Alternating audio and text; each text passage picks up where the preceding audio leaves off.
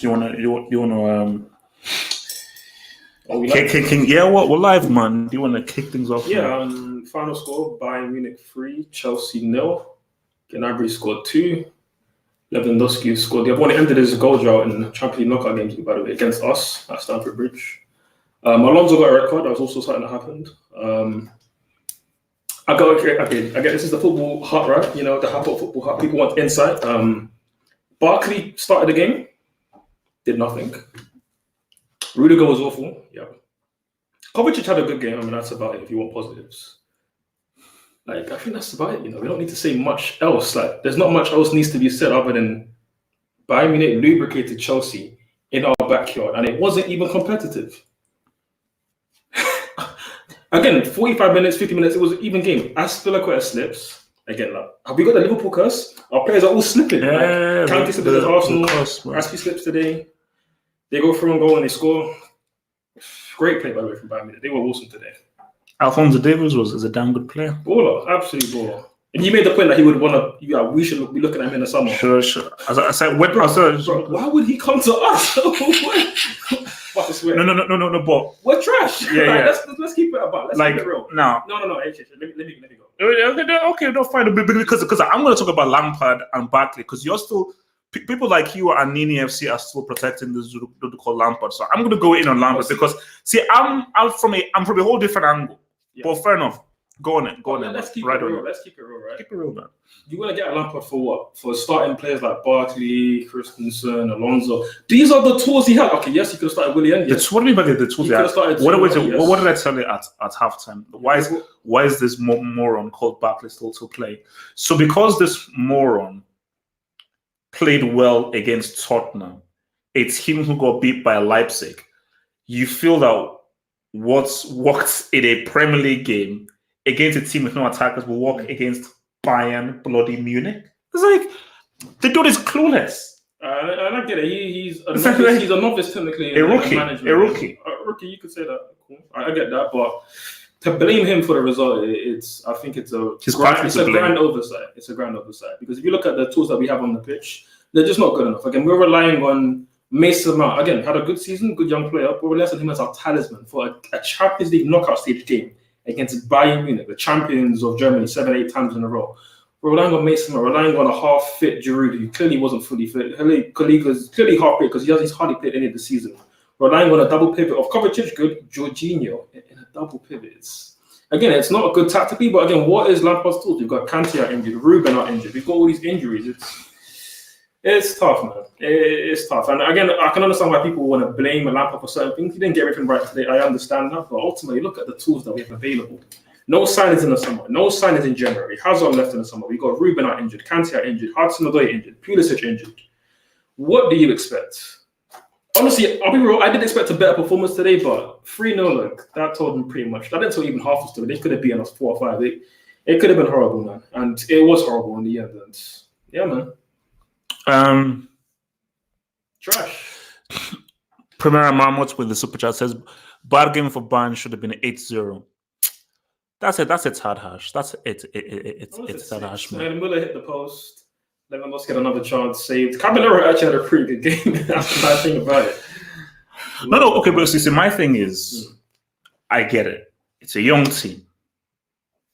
Injuries. Yes, there are injuries within the teams and so forth. I get all that stuff and everything, but when things are working against you, don't let them work against you even more to a greater extent. In all honesty, bro, was that really the best lineup?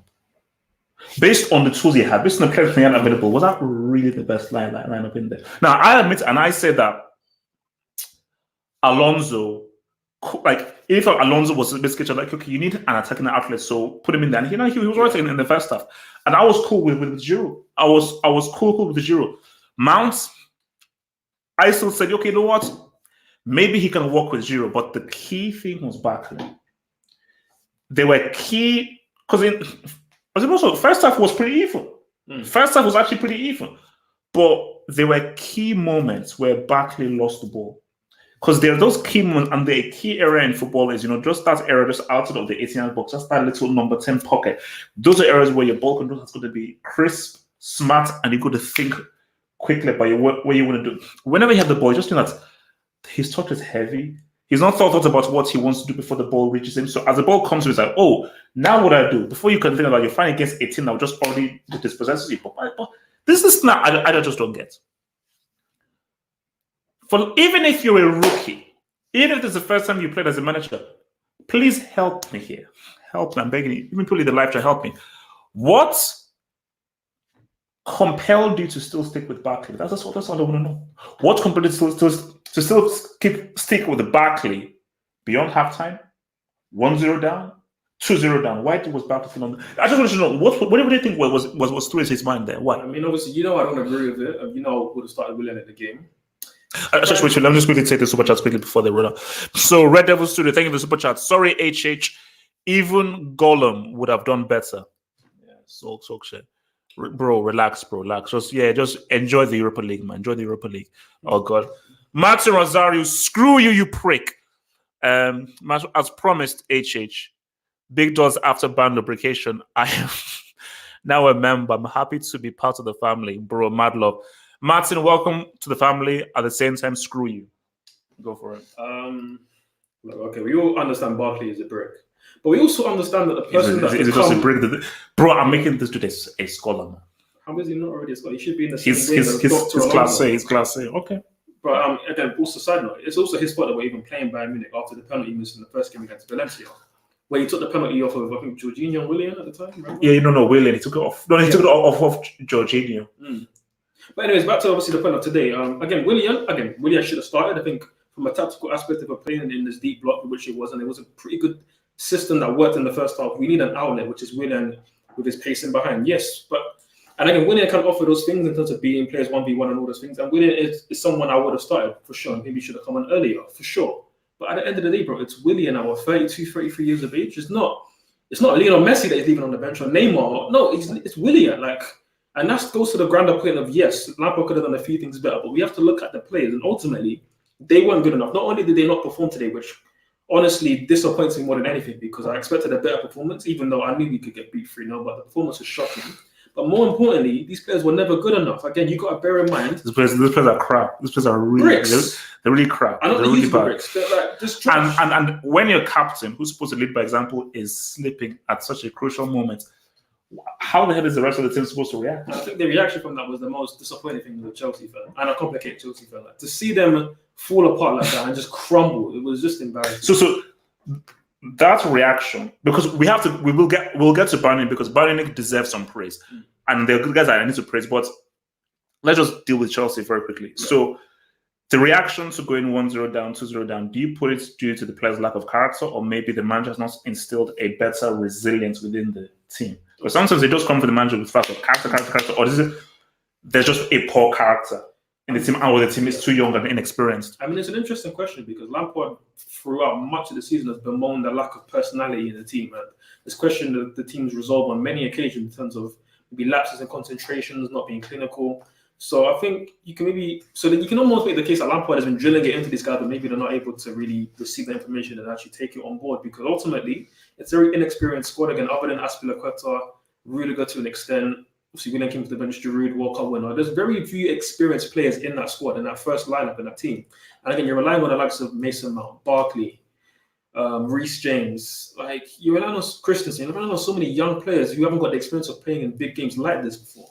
So it's tough, and I think it's more just a lack of character of the players, which is kind of to be expected, because look how young they are. The average squad today, I think the average team today was maybe about 23, 24, whereas Bayern, they're an established team. These guys have been there to Champions League finals, have been there, won the league 7 times on the bounce. So it's to be expected, man. And again, obviously, to the grander point of why these guys aren't good enough is because the club has mismanaged this team disgracefully over the last 4 years. It's a strong word to say, but I think it's been disgraceful how we've managed this squad. So guys are getting loaned out. Players that we've let go out, loans out, but also the acquisitions that we brought in. Again, it's such short-term thinking to bring in players like Alonso for one season. He might only suit one play style on the content. That's about it. Again, he's only useful in a 3-4-3 where he can maybe get onto the end of crosses, score the occasional worldie like he did against Tottenham. But that's about it. Again, obviously the red card today. The man defensively is a liability, and you look at even just throughout the team and throughout the squad. And the fact that we weren't able to reinvest in the summer, and this is my main thing where I'm kind of able to give Lampard a bit of a leeway on this and mainly put my attention and my blame onto the board for this. And because we got exonerated in January, we were able to actually go and sign players. And we went and signed Ziyech. Why didn't you bid 10 million more for Ziyech? Why? What makes you think that, oh, no, don't worry, we'll just wait in the summer? No. You did Ziyech now. And I said this. I said, because this whole deal was made because I said, no, you have to bid like 10 million more. And they bid it.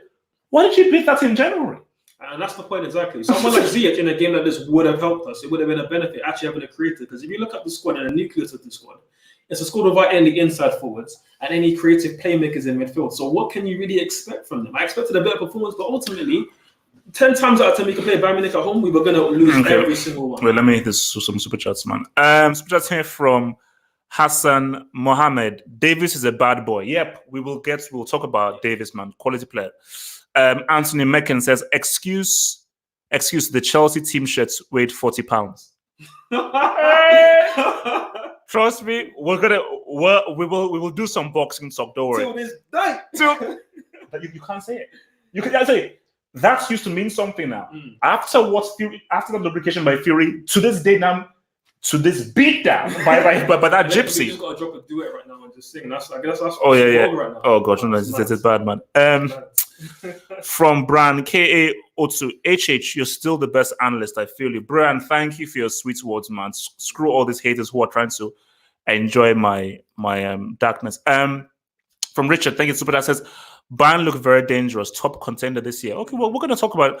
Let's talk about Bayern right now, because something you said during this, because you said that would you put them as top contenders and so forth, and I said no, I wouldn't put them as top contenders. And amazing performance. You faced a pile of side. You faced a bunch of prostitutes, pretty much. Okay, no offense to prostitutes, there it's a great vocation. Everybody must eat, but you faced a bunch of losers. I've seen prostitutes put a better resistance to getting panned. I mean, no. Hashtag me too. Just watch. Look, people are watching them. Look.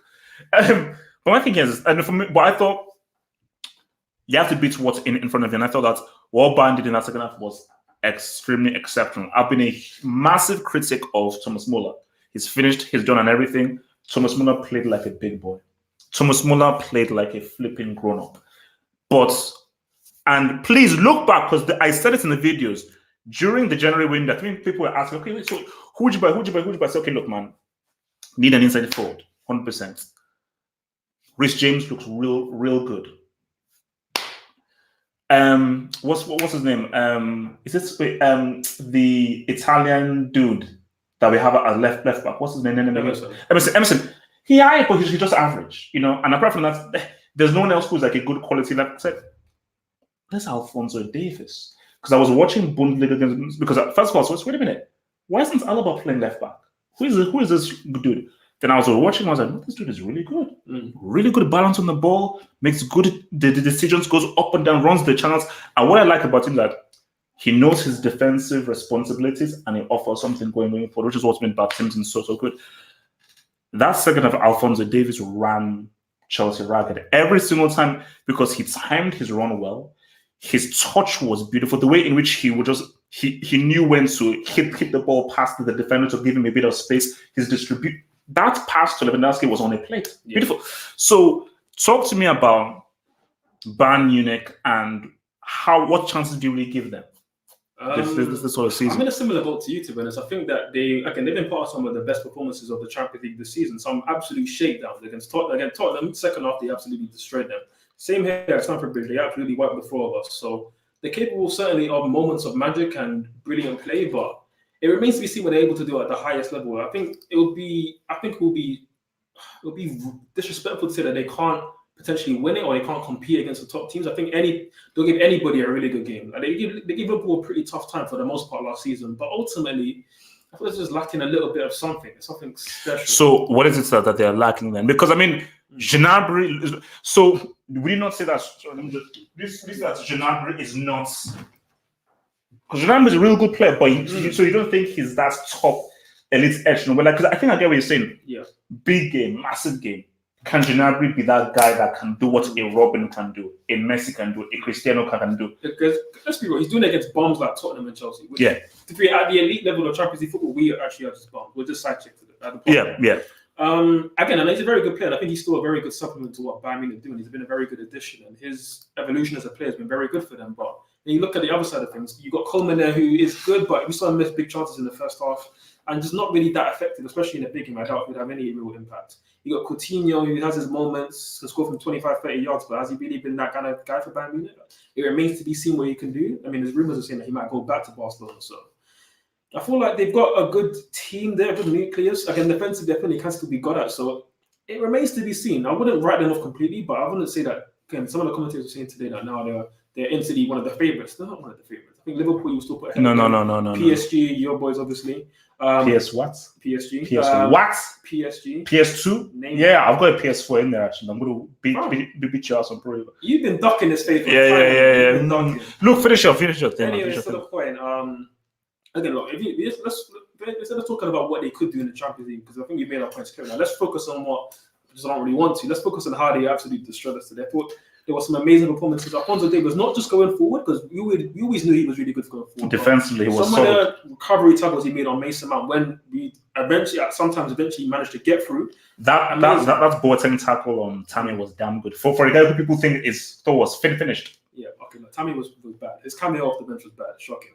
Embarrassing. Horrible. I want to delete the name on the back of the shirt. I don't want to get on any of my boys today, but it was just embarrassing, man. But Alphonso Davies was great. Boateng was good. Muller was good. Lewandowski, the 1-2 for the goal for Gnabry's first goal, amazing. Oh yeah. But Bayern Munich were on job today. Has to be said. So actually, let me just hear a few more super chats. So from the man behind the mind, man, thank you very much. Football Hot member says you are still the best. HH, thank you. But Chelsea, no words. No, I have words. Crap, garbage, disgraceful, bricks, pussies, losers, embarrassing. Okay. I have words too, but they're not PG. Yeah, no. And look, if you wanted the words, go rewatch that flipping Twitch stream, man, where I could swear. Thank you very much, Mr. Ajuch00, man, for your thingy. Lewandowski can't perform in knockouts, though. 2 assists, 1 goal today. Let's talk about Lewandowski. Because there was a lot made about him with regards to he hasn't scored and so forth and everything, blah, blah. And this is why, for me, I think Lewandowski is a cut above other strikers, was that first goal. Because that's just football.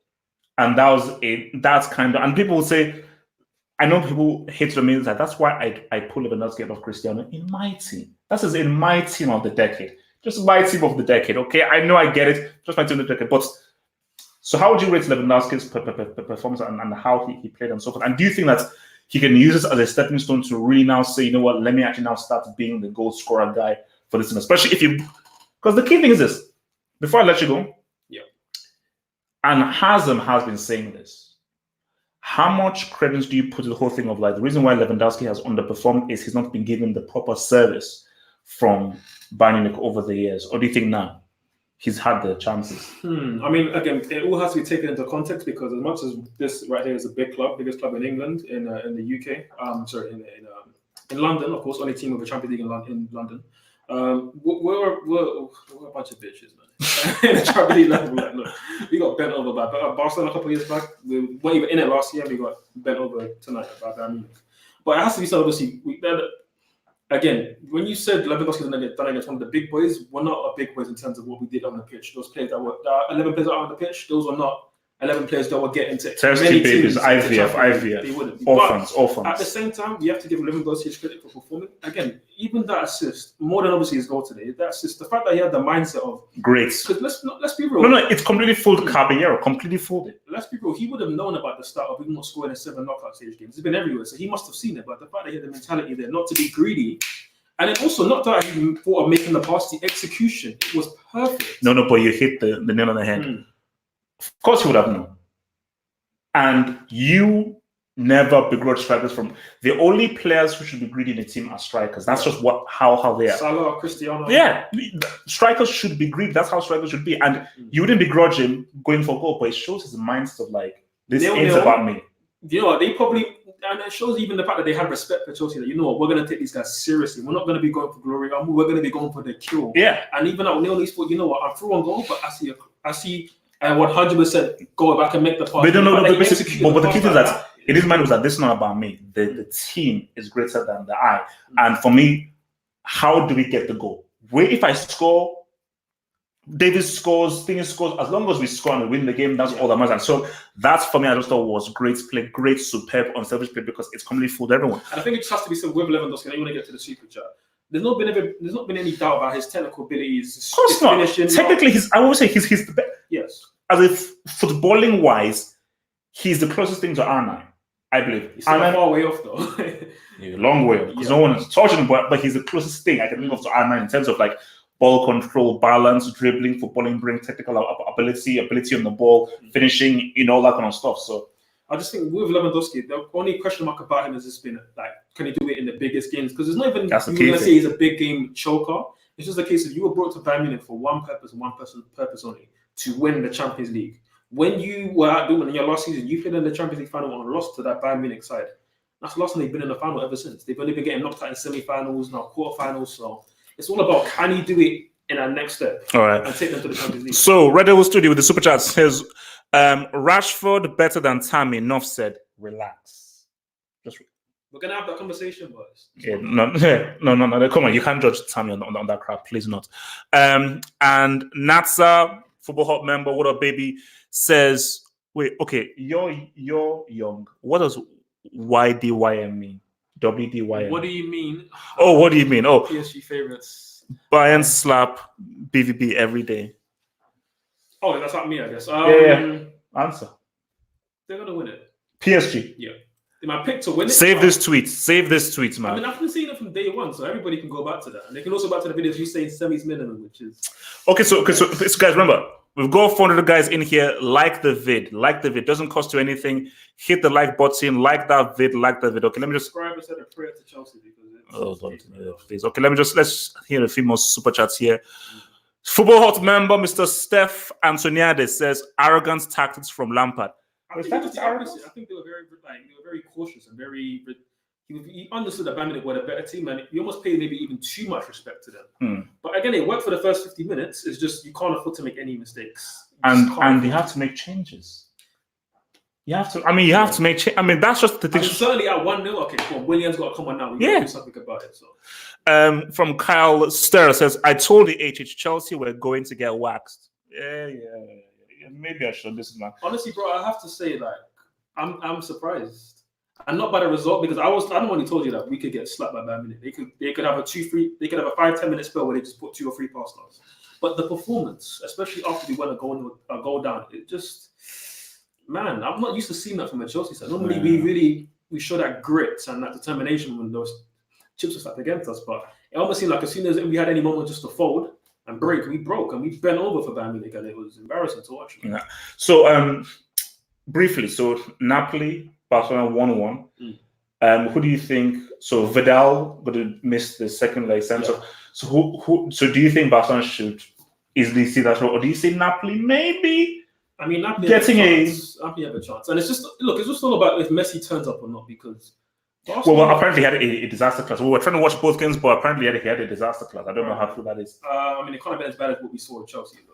The entire team had a freaking disaster class, man. But again, maybe he did have a disaster class, but that's based on Messi standards, because Messi is the big one end of that team. He is like, I mean, how do I sum it up in a way that you would understand? Messi is basically Joaquin Phoenix, and Barcelona are just the Joker. It's all about Joaquin Phoenix. Again, Joker, good film, but it's mainly because of Joaquin Phoenix. Messi, Barcelona's everything runs through Messi. That's why if Messi turns up and has a great game, then he can take Barcelona past almost certainly B-level teams like Napoli. Because for as good as they are, probably like the B-level of Champions League elite team. So we'll see what happens in the second leg. It's all to play for. And Griezmann scored. Your boy Griezmann. Tapping, but a G is a G. A G is a G. I know. Look, a G is a G. A G is a G. A G is a G. All right.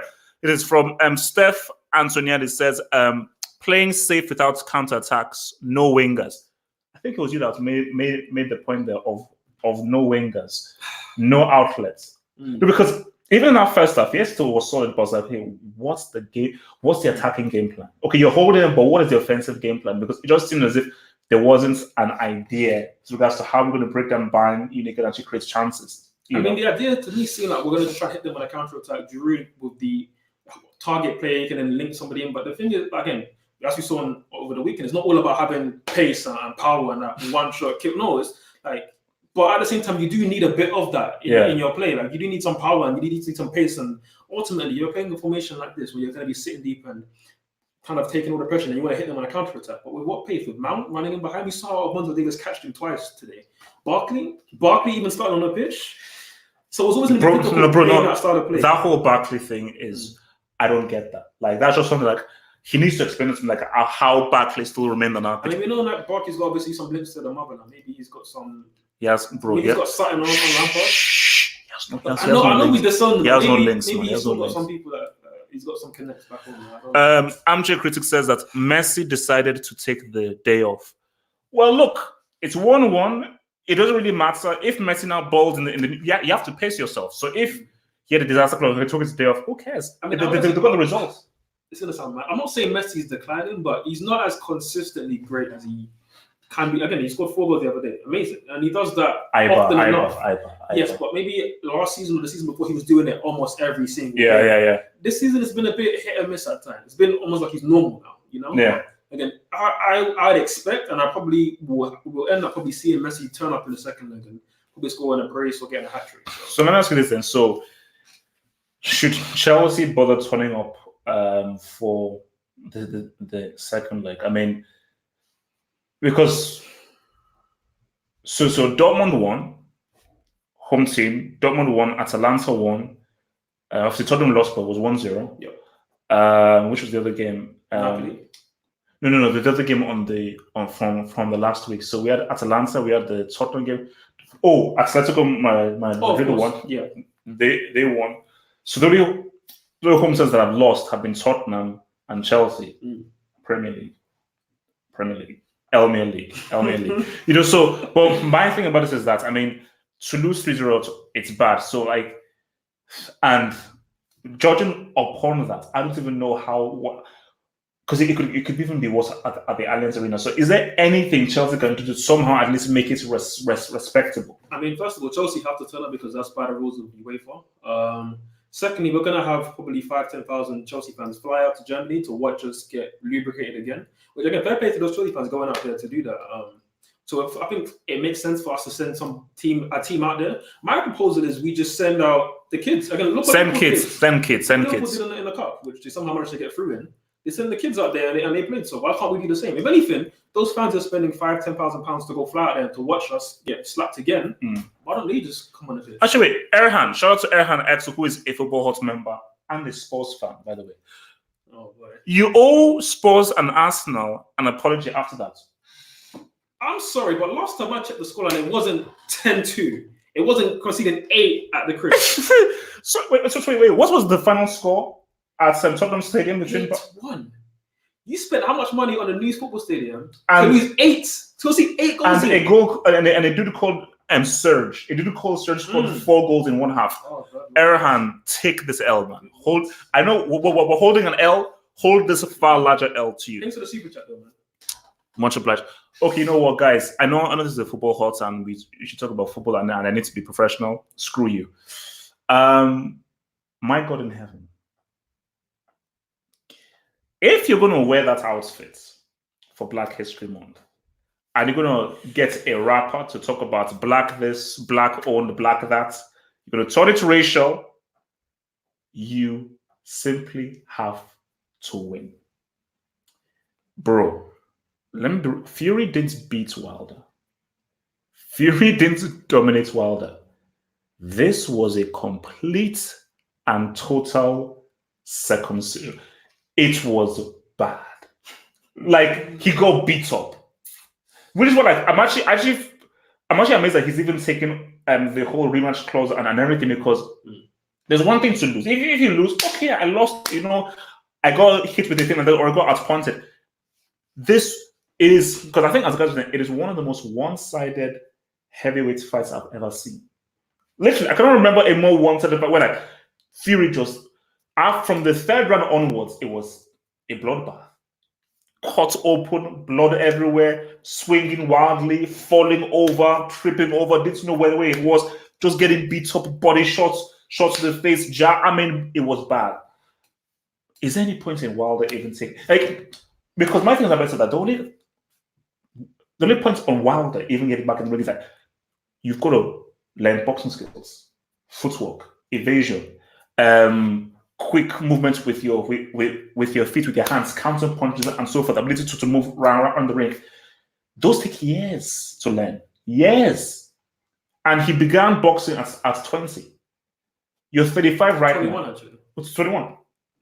You're 35 right now.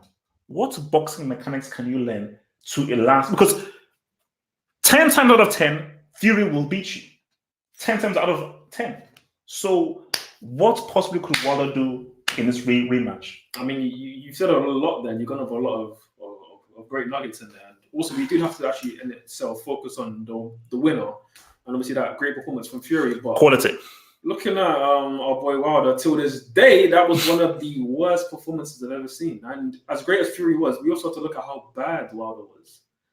And obviously, we'll get into the excuses and all of that later. But just even the performance. And look, people can make the case that Wilder got exposed, but he didn't get exposed. We already kind of knew. Everybody in the know, or everybody who's even watched boxing or watched any of his fights, they know he's pretty much just the right hand now. He's great on the front foot. He's great at being a bully. As Fury. It wasn't so. If you know boxing, it wasn't surprising. It wasn't surprising. And obviously, you know myself. We talked about this off camera. I picked Fury to win, and kind of in that fashion, but maybe not as dominant as that. I expected Fury to. So did you say Fury on points, or you thought Fury by late TKO? Late TKO. Oh wow! So it's going to be again. Fury was even better than I thought he was going to be. And it was a lot worse than I expected him to be. No, because I said Fury on points.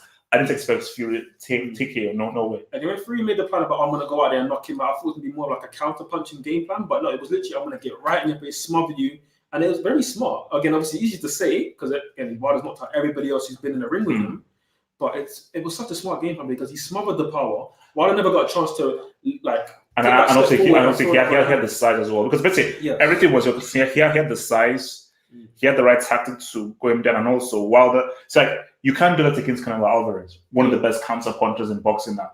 Wilder has one of the biggest knockout punches ever, but he's not a counter. He's not a great counter puncher because that's just a particular skill set that some boxers have. Yeah. So when you're a guy who's a very good counter puncher, attack him, maul him down, take away strength, weaken him, smother him, and when he just broke him down.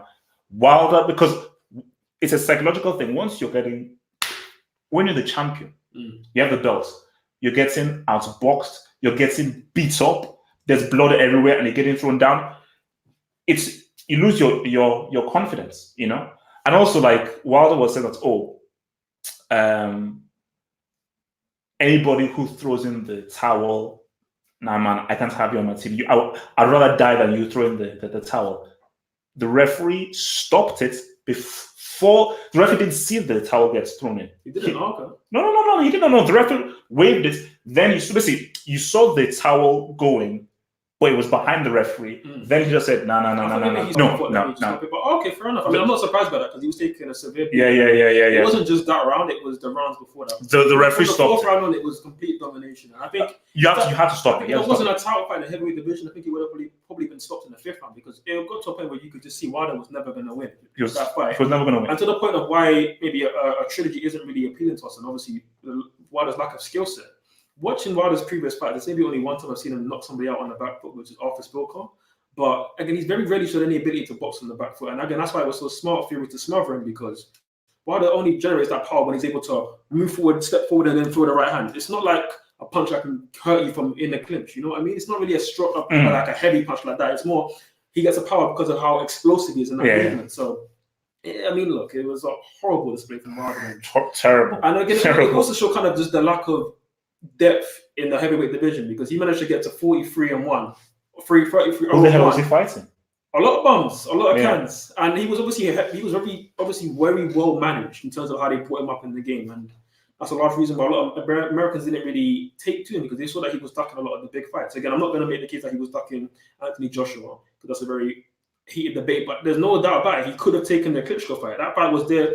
Then when you're talking about I want it to be only one name, one face, one champion, you could have taken the undisputed fight with Klitschko when he was champion, but no, you let Fury go and take that fight. And again, why did he do that? Maybe because he wants to take the fight, but his team knew he was not ready. Yeah, he was not ready. He didn't have enough time. And again, even for a rematch, he won't have enough time to improve again, because what's he going to learn?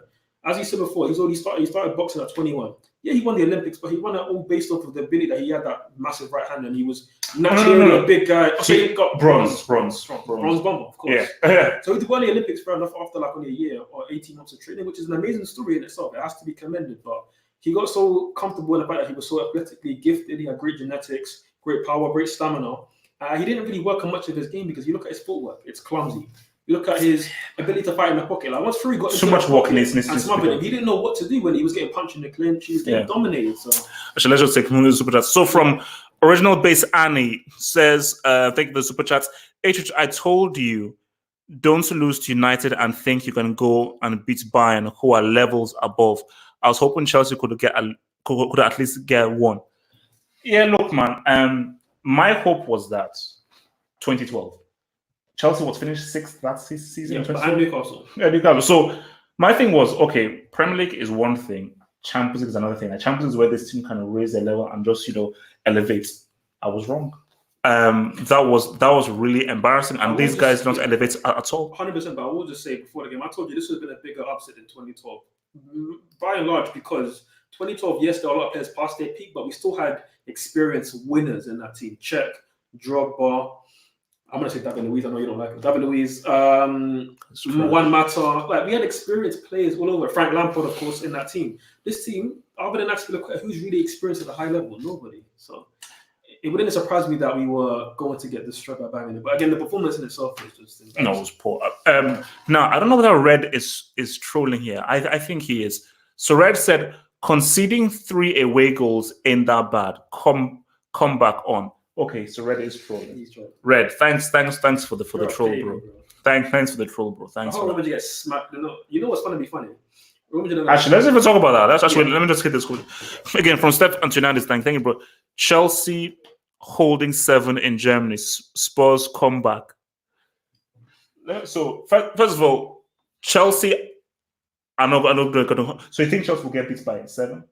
In Germany, or get beat by 4? I mean, if they do my plan of sending the fans in, again, the fans spending how many thousands to go out there, let them play on the pitch. We don't need to. Why send them? We got a top 4 back to worry about. Send the fans into the pitch. Let them get slapped 7-0. Because so Spurs come back. No, I think they'll make it interesting, but no. Not with that start. Again, that style of play, it just relies a lot on you being defensively solid. I mean, so with Chelsea today, we're defending in a deep block, but you just can't afford any mistakes. That's been quite a slip. Ben Davies giving away the penalty for Leipzig's goal. So you really rely on those moments of no lapse in concentration. And ultimately, I think they're going to make 1 team in a second leg, and Leipzig will pounce. Okay. Let me just another super chat here. So from Craig Gungu, thank you for the super chat, dear Mr. Craig Gungu. Says Tammy is not good enough to lead the line. He's awesome in the box and decision making is suspect. Sorry, his awareness in the box and decision making is suspect. Said this to Ford on Twitter a while back. It's too early. It's way too early for people to judge champion now. It is. This is his first season in the Premier League, man. Again, this is his first season playing for a top 6 club at the top elite level. Again, Drogba in his first season for Chelsea. Don't forget that he also had time in the French league when he was also getting goals. Tammy Abraham's already got more goals and assist contribution already just saw in this season than Drogba got in his first season. So give the guy time. Yes, his carry today was embarrassing, to be honest. Like slipping over his feet, like the decision making at the end when he could have passed it to Willian and it's about Boateng, it's awful. But you gotta give the guy time. You just gotta give him time. And ultimately, he's shown enough. And we've had so many bad strikers in the past that he deserves his chance to be. He deserves his chance. There's no reason why. And again, for me, we need to go sign a striker to go and compete with him next season. Maybe that's a Moussa Dembele from Lyon, but he certainly proved himself this season that he can be a good asset to the team. Yeah, no. I mean, look, it is too harsh to just judge the guy on his first season because I can only see basic tools of where he's got a great upside. Now, whether he reaches that upside or not is a different thing. But Barkley's trash. I'll see a downside where Inter Abraham if he just has the right coaching and he works hard, I think that this guy can develop to be a pretty damn good striker. So we just never know what and how high he could be. And also, just to make the point as well, with Rashford that he gets compared to all the time, Rashford's had 3 or 4. While they're the same age, Rashford is an experienced player at this point. He's had 3 or 4 seasons at the top. Yeah, they're 3. I think it's his 4th or his third season. So I think you got to give Abraham time. And again, he's had a pretty good start. He's like 5th in the goal scoring charts in the Premier League. So we'll see with that. It's too early to write him off. So let's looking ahead to tomorrow. Now Leon may beat Juventus, but Juve are easily winning this 100%. Yeah. So the real one is Real Madrid against Man City. I'm very confident that City are going to win this tie. Like my prediction for the first leg is 1-1, but I think I don't see how Real Madrid beats City over 2 legs. You know, I just don't. I think it will be close. It will be neck and neck, but I just think City just have a little bit much more extra, especially going forward. Even if Sterling isn't fit, I still think they have a bit too much attacking wise. So I don't know. I cannot give you a compelling argument for Real Madrid to beat City over 2 legs. Okay, and I will. And I think it also has to be said. Imagine if Man City do go out on, but they lose the first leg, which I'm going to predict them to. That'll be all Premier League teams losing their first leg, which would be quite. Oh wow! Oh yeah, they all lost. Tottenham lost, Liverpool lost, Chelsea are lubricated, and I think Real Madrid will go ahead in the first leg. And I think it's going to suit them playing at home first. They have a bad record at home. They've got a really they are much better way. That's why I think that either it's going to be a draw or City will win. I think Real Madrid will take this, and I've seen enough of them to say that they've not been they've been in pretty good form in 2020. To be fair, the last couple of games have been a bit iffy. And obviously, it's a shame that Hazard isn't fully fit and able to play, and obviously in good form, which is a shame. But the thing about Man City is in the big games, I just don't trust them. I just don't trust that backline. Now, yes, Mahrez has been in great form recently. I think that's going to be the real danger, man. Obviously, you've got Kevin De Bruyne. And next was still not. They still got so many great attacking options. But defensively, you look at Stones, Otamendi, that's not good enough. Whoever partners for Fernandinho, who himself isn't a natural centre-back. I think over 2 legs against a team like Real Madrid with Benzema and the attacking options that they have. Benzema and dot. They've got He's got a great service. Again, he's got a lot of midfield. Hold on, name the names of the front. You named Benzema and. Again, this is the point, and again, this is the point where a lot of people are going. He's now waffling now. I'm not waffling. Chill. Okay. The point that I'm going to make is, look, yes, you can argue Rodrigo, Vinicius, these guys are not good enough. Gareth Bale, he's playing goal more times. There we go. So there's a lot of Benzema, but again, there is a very good supply there. You've got the likes of myself and many could be left back. Modric is in pretty good form in 2020. Toni Kroos, got a lot of players that will give Man City problems in open play, and also it's going to be down to Benzema if he can take those chances. And ultimately, for me, over 2 legs, do you really trust? I'm going to put the question to you. Do you really trust Stones and Otamendi if whoever the partners Fernandinho in defense? Do you trust those guys to keep Benzema quiet for 180 minutes? Wait, isn't Laporte available? You know what? I'm not changing my mind. No, but okay, even with Laporte and Fernandinho, okay, it makes it a lot. No. Laporte got injured. He wasn't playing against Leicester. He got injured. I'm sure that. Wait, guys, let us know. Is Laporte available to play? I think Laporte is available to play because that will be key. He hasn't been that good the last couple of games. But even if Laporte isn't there, Real Madrid offensively, yes, basically Benzema 100%. I'll give you Benzema. Vinicius has been pretty average this season. Rodrigo is average. He's high. Lucas Vazquez is average. It depends what kind of bill shows up. But he's not had his best season. So it's just Benzema by himself. Isco depends which Isco shows up. So the thing, honestly, for me, and I I say he's available. Yeah, he's fit. We'll see with that. But again, the thing for me, more than anything, with Man City is just, can I see Man City beating Real Madrid over 2 legs? Yes. Again, look, and I get it. Man City are in better form. They've got more of the informed players right now. I get that. Real Madrid are on the climb, clearly.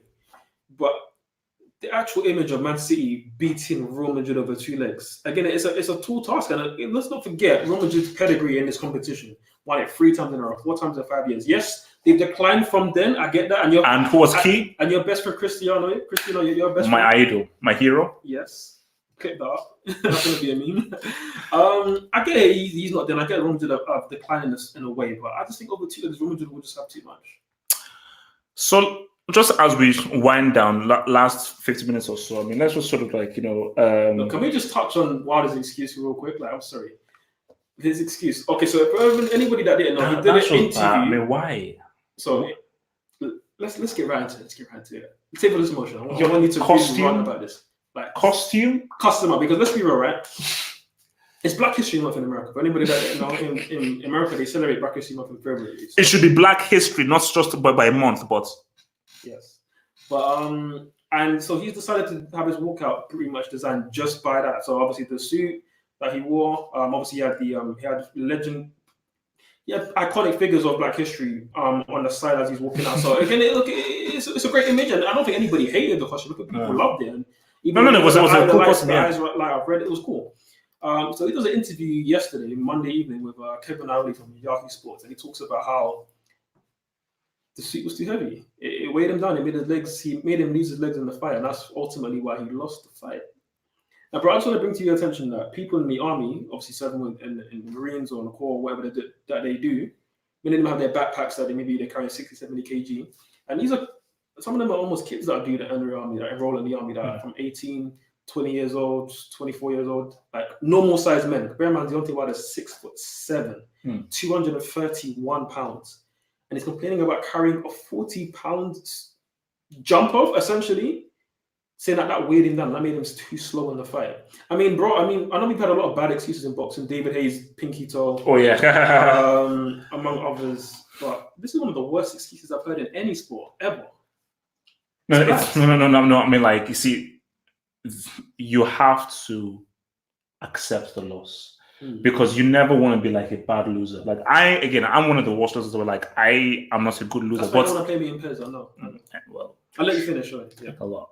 I'll beat you, don't worry. Just give me a few weeks. But my thing about it is that, that just makes, because you're the champion and you should just lose. You should accept and just lose gracefully. Basically just take that because you got beaten so badly. You got served up so bad that nobody's ever going to listen to your excuses right now. You're like, no one will. Because that way, is that even possible? Like, just as you broke it down, so the costume you're wearing was so heavy, it made your legs feel like jello. I'm sorry, in that second round, you looked fine. Your legs looked badly because you got beaten so badly. You got punched in the head, potentially hurt your equilibrium, but that was a legal shot from Tyson. But those first two rounds looked fine. There was in those first two rounds, it was okay. Wow, this is your favorite. There was nothing odd about your movement in those first two rounds. Only when you got beat up and smacked up did you get so no. That's a poor excuse, man. And it's got to also be said, so that means what, you didn't have time to wear it before, and the thing is, it's documented that you wore it before, so you know how heavy it is. Yeah. So what, 100-meter walk wearing that all of a sudden burns your legs out? No. And also, it has to be said because you mentioned it also earlier in the stream. Actually, the person who threw in the towel. I forgot the guy's name. Not famous, but a very well-renowned American boxer. A great amateur actually in boxing. The one who threw in the towel, Breland, I believe his name is. Breland, the secondary coach. Threw the towel in. He deserves a lot of credit because Wilder's taken an absolute beating, and we've had a lot of deaths in boxing over recent years. There's even one earlier last year, a few months ago actually. So to actually see that in a major fight, like a high-profile fight, where there's a lot of money on the line, it was great to actually see somebody go in there and look after the safety of the fight.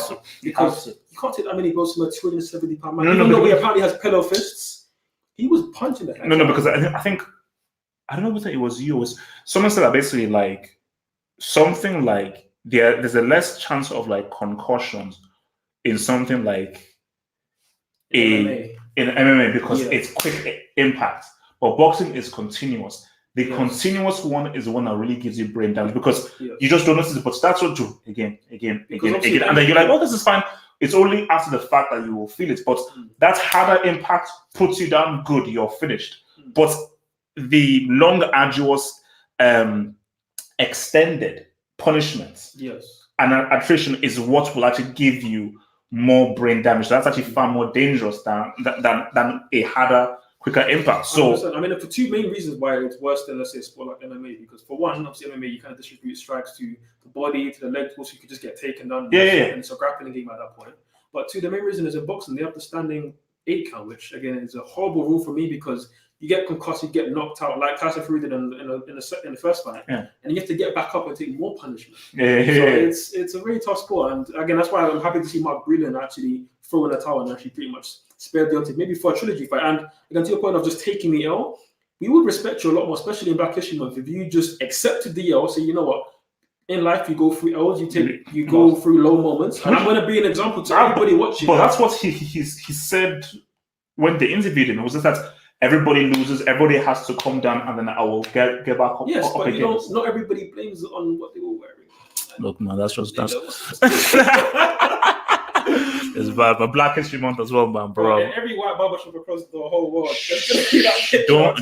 Don't give them the idea. Don't put it in the ether, man, guys. Please don't. It's bad. Daniel Jones Ortega, man. Thank you very much for the super chat. Says, well, at least it's City v Madrid tomorrow. So, what kind of game do you think we're going to have City v Madrid? Entertaining, open warfare, or a very tight game like a KG 0-0, 1-1, 1-0 kind of game? I mean, with most of the first leg ties that we've seen, they've all been pretty cagey to a degree. None of them have really been that open. Maybe PSG Dortmund in the second half, but no, they've all been quite cagey affairs. I think we'll see more of the same. But I think Real Madrid will take it. I think it'll be a quite slow-paced game. I think Real Madrid will look to dominate position in midfield. Man City obviously also like to dominate position, so it's going to be an interesting clash of styles, actually. So I can't wait to see it. So, switch from Martin Rosero says, Wilder screwed up Black History Month, HH. You don't know my thing about this is that I don't like when people bring racial stuff into boxing. Yeah. Especially when the black boxer does it first without the whites. If the white person does it, then you can react. It's like Calzaghe against Bernard Hopkins, where Hopkins said, like, no, I'll never let a white boy beat me. And it was like, why though? It's like there's no point. And for Wilder with this whole thing, it's like, you don't need that extra kind of motivation. And my thing about it, which is what I said, if you're going to put Malcolm X, Martin Luther King, Harriet, or then you have to win. You can't lose and get spanked up and destroyed in Black History Month and come out like. I mean, getting beat by a white guy like that in Black History Month, it resembles things that shouldn't even be said. No, this is bad. Armchair Critic says that you guys think Neymar will show up? Yes. I mean, he has to show up, which is why he's going to show up. And you used to believe that that party goer who partied around after they lost to Germany. So you believe that he will show up in that second? I mean, do you think he'll even be fit for that second leg? He will be fit. And if you're so confident that he won't show up because he will be fit and he will be playing on that night, take the bet. Don't be a female dog. Take the bet. Okay, we did that. But let me ask you this though. So Neymar, after the game, he complained that he wanted to play in Uber Eats games, but it was PSG's decision not to even include him in those games because they wanted to obviously protect him. So because I know where I stand, so where do you stand? Are you decided with Neymar in let him, if he's fit, let him play, get match fit so he's nice and sharp for the Champions League games, or do you decide with PSG that, man, 2 years before you've gotten injured in these inconsequential games where we've already won this down league, let's protect you. Even if you may not be match fit going into these games, it's worth the risk of just protecting you rather than risk getting you injured. So I mean, you got to bear in mind the context that you were just coming off an injury, so he wasn't. I mean, even in the match itself, he didn't look fully match fit, so it didn't make much sense playing him in the Ligue 1 game and risking him. I thought it made sense to give him a bit of time, and again in the game itself, he didn't look at all match fit. Fortunately for him and PSG, the game is another 3 weeks away, the second leg, so he should be hopefully fully fit by then. If he doesn't suffer another injury, but he won't suffer injury. We've already gone over why he won't suffer the injury. So yeah, he's gonna be there, and it's gonna be a great game. Honestly, Dortmund will bring it, and it's gonna. No, but my thing about it is, so do you believe Tuchel is the right man for PSG? Because I believe that they need a dictator. They need something, because like I see in discipline in Mbappe and Neymar. I just see guys who are like, oh, these guys can do whatever the hell they want. They need a dictator, an authoritarian, and someone that gives them strict, disciplined guidelines where they will then allow their talents to then flourish. So you know what it is? As much as you need someone maybe to say that and do that, sometimes players will just not be able to act out. They won't need to think in discipline. They will just automatically fall in line because they have a coach who's who can just be, look at my resume. I've won all of this. I've won Champions League. And ultimately, Tuchel hasn't really got that, which is why he's having to play the game of trying to manage Mbappe. Mbappe's walking off from him in conversations as he's being subbed off the pitch. After he's had a good game and the game's really over, but he's being subbed off the pitch. You want to have a public spout with the manager. Now let's imagine that's Mourinho, maybe one is heyday. Let's imagine that's a Pep Guardiola, a Carlo Ancelotti. Mbappe's not going to do that to them. He automatically just have the respect for that manager and ultimately not do that. Now Tuchel has a good resume, done great things at Dortmund. He's been pretty good at PSG so far, but this is where he's going to earn his corner to be said. So look, we'll see with Tuchel because it's all pretty much on this game. His entire legacy at PSG is the final. Yeah, no, I think because if he doesn't win it this year, I think he'll get sacked. I think that's it. I didn't go to City right now because again, my pick is still Liverpool, and I think they'll sort out Atletico Madrid at Anfield. But when City were giving us Champions League ban, something just tells me that the stars could align for City this season. Because I think they'll beat Real Madrid, and I just think that this might be City's year. So do you think that because of that Champions League ban and so forth, this could just be their year of City actually going all the way? Or do you think that Pep will still screw up tactically in a game? That's honestly my underlying reason why I think they won't win.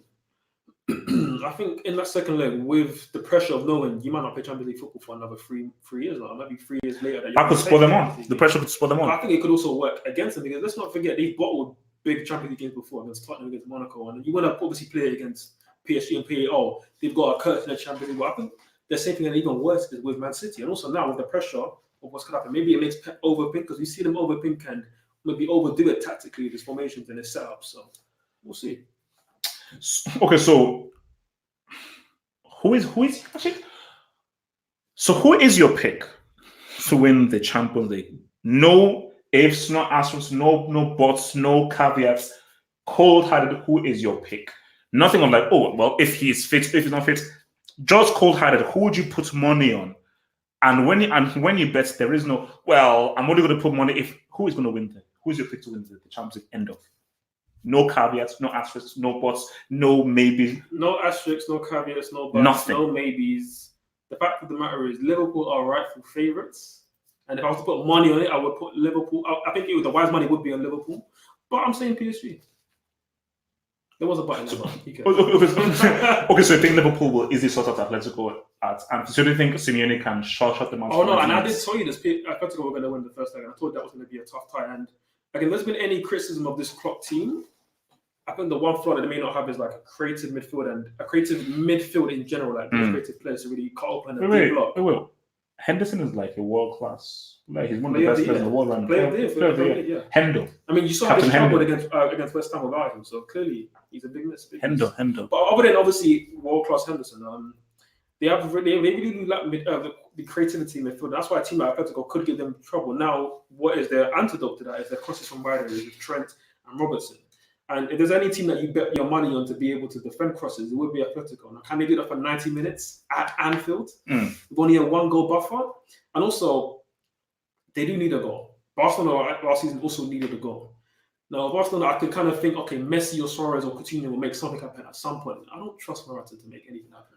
If they had Cavani, no, Morata is not. Did you see him slip in the first leg? Yeah, it's come to him on a cutback on his left foot. It's a pretty good chance to make it 2-0, and he slips. It's any top striker purpose that way. So just very, very briefly here, man. Again, guys, if you haven't seen Attack on Titan, screw it. We're going to spoil it. What the hell is happening in this story? My thing about it is that this is also my. Is it a loop? Are they in a loop? So you see Aaron, so you see an older Aaron, and he knows flipping Armin, Mikasa, and so forth. Wait, how far are you in the Attack on Titan? I finished season 3. Season 3, okay. Cool. Yeah. Okay. So if he knows them, so it must be a loop. Surely it's a loop because if he already knows them and he said, oh, I don't know how I know them and blah, blah, blah, which means that this has happened many times before. So this is a loop, and the whole thing that that's not break a flipping cycle. Also, Armin is a bitch, by the way. Sorry, not to say that. He's a prick. No, I like Armin. Armin's cool. Why is Armin a bitch? Why?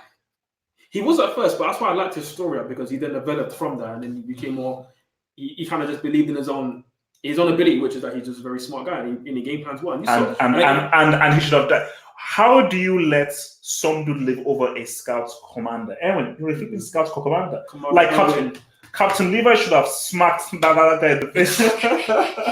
But if anybody, again, it's probably a bit too late by now. Spoiler alert! And if you haven't watched it, go and watch Attack on Titan, one of the best animes of all time. To your point of this being a live, are you talking? So nobody that done one Punch Man. One Punch season 1, but season 2 still fumbled the bag. One Punch Man is still better, man. Still better. Saitama really like the weren't even any good battle scenes. He just bang, that was it. Right? That's why it's so good. but Karen. So okay, the flashback you're talking about again, it's a very convoluted show. It's mad. The point you're talking about, are you talking about the flashback where people are getting pushed off the wall and then they turn into Titans? Yeah. And then the guy basically does like a. Oh, that is a. Okay, I thought that was a 30. Yeah, what the heck? Goddamn. Okay. Let's say, hang in there, Black. Thank you, bro. Thank you for your love, bro. Thank you for your love, bro. Yeah, thank you, man. Thank you. It's a match. It could be a loop, basically. Long story short. You obviously making the point. This is when you were like at the end of season 2. Did you not get Historia's part in the whole show? Whose story? Historia, the blonde. Oh yeah. So like obviously, and her name in itself, History. Oh, okay. Historia. She kind of basically is like the glue of it all because she has obviously the key to the past. Yeah, because she's the rightful royalty and all that stuff. And obviously it kind of is elite, but basically everybody in that town is being tricked to think that it's a certain way. But obviously, no. The Titans didn't wipe out the rest of the world. You guys have been segregated into this one area, and it's mad because the town that they all came from originally, they've now sending Titans there to go and kill these lot because they know that somebody in there has the key to all this power, which is which is the main character's name, Aaron. You know, I hate Aaron. Aaron's a bitch. Oh no. Yeah, like as it's so weird. Like you're the main character, but you're one of the most annoying characters. Yes. Like Captain Levi is the best. Captain Levi is a bad man. You when he took out the beast type. Bro, savage. No, but how he took out all the, like, that was the best scene in the whole series. You know what, that episode, I think it was episode 23 of season 3. That's for me is the best episode of anime I've ever watched. Those 20 minutes were ridiculous. Well, is it when Levi took out all Levi, so obviously when Captain Irwin sends his troops to basically die, like that was crazy. That was crazy. Then Captain Levi gets his revenge. Then we get obviously the scene where now they're choosing between Irwin and Armin, and it's just mad. No. That was crazy. Okay, so look, man, let's just round this up now. So Chelsea got beat. It was a lubrication. It was bad. The semis minimum hashtag has officially been discontinued. I will not use that hashtag again. No, we can still use it for the FA Cup. The semis minimum hashtag will be discontinued and will not work anymore. And I apologize for ever putting any faith in these losers. Look, man, I know that this may sound harsh and everything. So you used to believe Lampard is the right dude going forward? 100%. The heck? He's made his mistakes. Okay, I understand. Mistakes. Look, you're only as good as the tools you have available. Do you know 100% means that it means not an iota of you thinks that he's the wrong man. 100%. What's the alternative? Because then look at the circumstances 2%. He had. Okay, no. This is what I don't like about some people being short-sighted. I'm not saying you're being short-sighted. You are, but yeah. Okay, you're coming across very short-sighted. Thank you. Look at from the beginning of the season. If you were to be told that we're going to be top 4 at this point, you would have taken that, and you would have taken that with both your hands, and you would have etched up the person's hand straight away. Because look at it. Who did we spend in the summer? Nothing. Meanwhile, our rivals strengthened. Spurs got Undembele. Arsenal got Pepe. Everybody was saying, "Oh, they're going to be amazing this season." United were shit. Okay, let's be real. And they were actually the only thing that's actually met to the expectation of what we thought they were going to do. Arsenal have massively underperformed. Tottenham have massively underperformed. But we still have to give credit to Lampard and Chelsea for being 4th right now with no investment in the team. He's had nothing to be invested in the team. And it's also had all these major injuries. Kante being out injured. Ruben being out the entire season. Pulisic, Hudson-Odoi. But is it a case of him doing... He has done well. And there have been times where he's done well. But is it a case of he deserves all the credits, or Tottenham and United have been garbage and have grossly underperformed? Tottenham and Arsenal were underperformed. United have been a better where we thought they would be. And again, I can be that. I made again, I made you aware that yes, they have underperformed, but it doesn't take away from the fact that we have still done very well. Remember, in October and November, there was a point where people were saying Chelsea could be in a title race. Again, I knew that was complete nonsense, but we were grossly overperforming then. And even now, I think we're just about, or a little bit overperforming what we would have done in terms of our points total. I think we're doing pretty well compared to what we could have been doing. And people even talking about us finishing 8th, 10th. Who's going to get us goals? Is Tammy going to score goals? Mount all these guys? No. But let me pose this to you then. Okay. Because I don't think he actually answered my question that I posed. What is it that Lampard sees in Ross Barkley that he still keeps him on the pitch? Because he still haven't answered me. Like I said it to you before, look, expect 2 good games in a row from Barkley is a madness. He performed good against Tottenham. Maybe this is some sort of reward for that. I think again, I'm not saying Lampard's been perfect. He's made his mistakes. Perhaps his thinking, which I don't agree with, was maybe a Barkley and Mount can run their legs off, and then maybe we're going to get Bayern Munich in the second half when we bring Willian and Abraham on. But clearly that didn't work, and that was a mistake. But also, what's the alternative other than Willian? Look at the bench, Pedro. There's not much for him to really be playing with in the team. Again, look at the. I'm taking Pedro. Look at that. I'm taking anybody. I'm taking Sylvester Tweety Pedro over flipping Ross Barkley. Look, tomato, they're all trash at the end of the day. Let's look at it like this. What Chelsea player would get into that Bayern Munich team? Tell me. Kovacic might. Head of who? Thiago? Tough. It's tough. I mean, but you see, I said might. Kovacic is the only guy who might. But apart from that, maybe Reece James over Pavard right back. You can make the case. Potentially. Because of form this season. Yeah.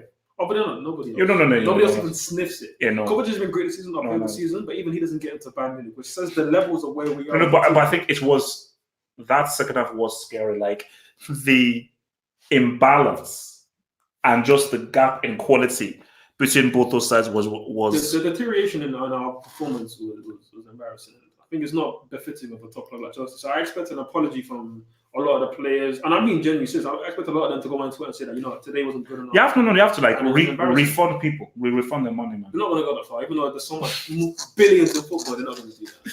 Pricks, guys.